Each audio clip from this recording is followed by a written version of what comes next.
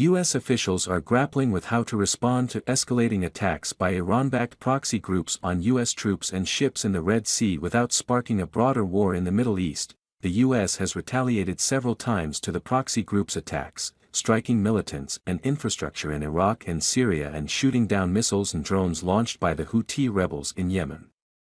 U.S. officials have also conveyed to Iran and its proxies via backchannels that the attacks must stop, and on Sunday the U.S. killed a group of Houthi militants attempting to board and seize a commercial vessel in the Red Sea. A senior administration official said the U.S. would not hesitate to use lethal force again against the Houthis in self-defense.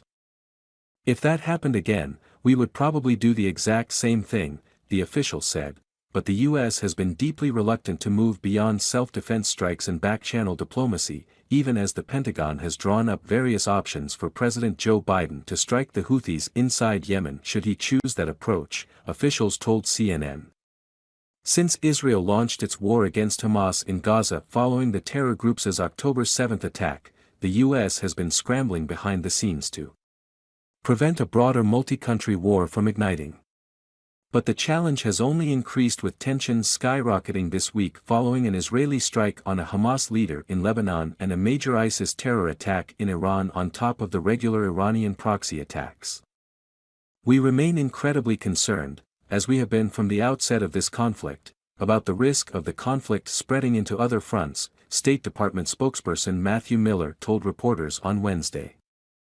Wary of undercutting Yemen truce, the U.S. has been particularly wary of undercutting a U.S. and UN-brokered truce between Saudi Arabia and the Houthis over the war in Yemen that the Biden administration considers one of its crowning foreign policy achievements, a senior U.S. official said.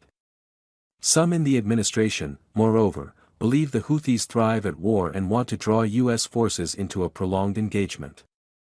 A years-long Saudi-led campaign against the Houthis did not eliminate the rebel group, officials have pointed out. Another senior U.S. official said the Houthis are already alienating countries whose support is crucial for a peace deal in Yemen. Houthi actions threaten to turn Yemen into a pariah state. The official said.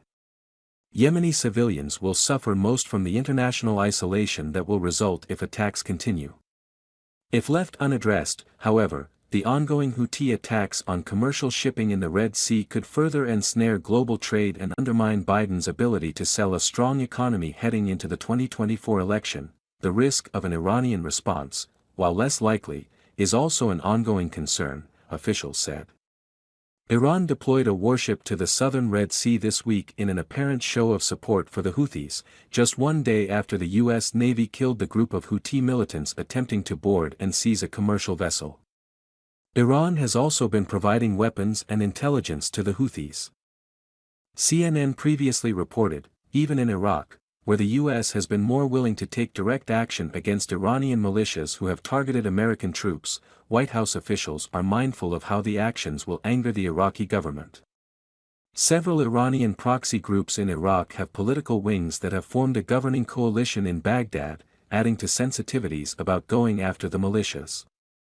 U.S. military installations in Iraq also rely on the invitation of the country's government, lending a degree of complexity to how Biden decides to target the militias.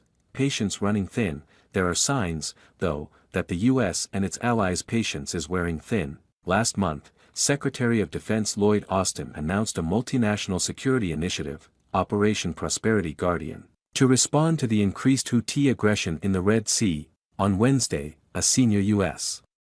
administration official said that a joint statement by the U.S. and 12 other countries condemning the Houthi attacks on shipping was likely the coalition's last warning, signaling that more forceful military action could soon follow.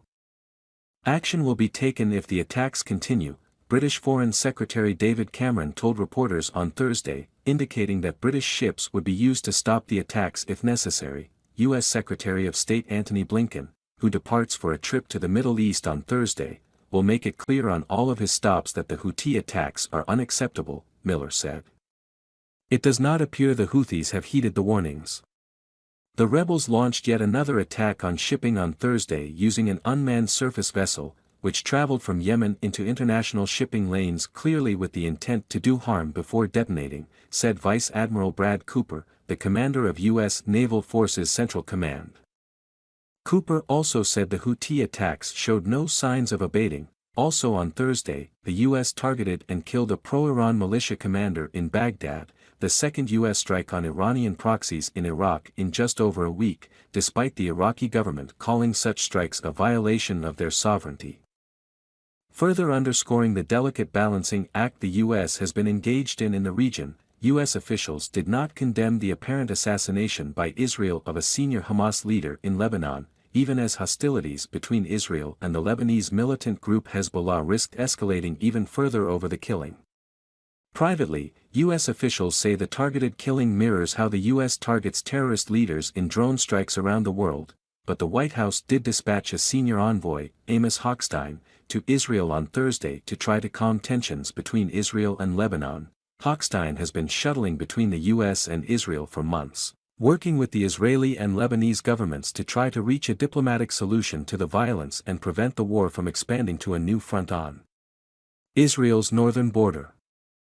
But Israeli officials told Hochstein on Thursday that the window is quickly closing for a peace deal. Israel is willing to work closely with the U.S. and the international community to achieve a diplomatic solution, but if one cannot be found, the IDF will remove the threat, Israeli War Cabinet member Benny Gantz told Hochstein, referring to the Israel Defense Forces. On his trip, Blinken will make a stop in Israel, where he is expected to discuss the nation's plans to transition to a lower intensity phase of operations in Gaza and how to stem the spread of the conflict, which will be an overriding theme of the whole trip. The top U.S. diplomat will discuss specific steps parties can take, including how they can use their influence with others in the region to avoid escalation. Miller said on Thursday, "We don't expect every conversation on this trip to be easy," Miller added.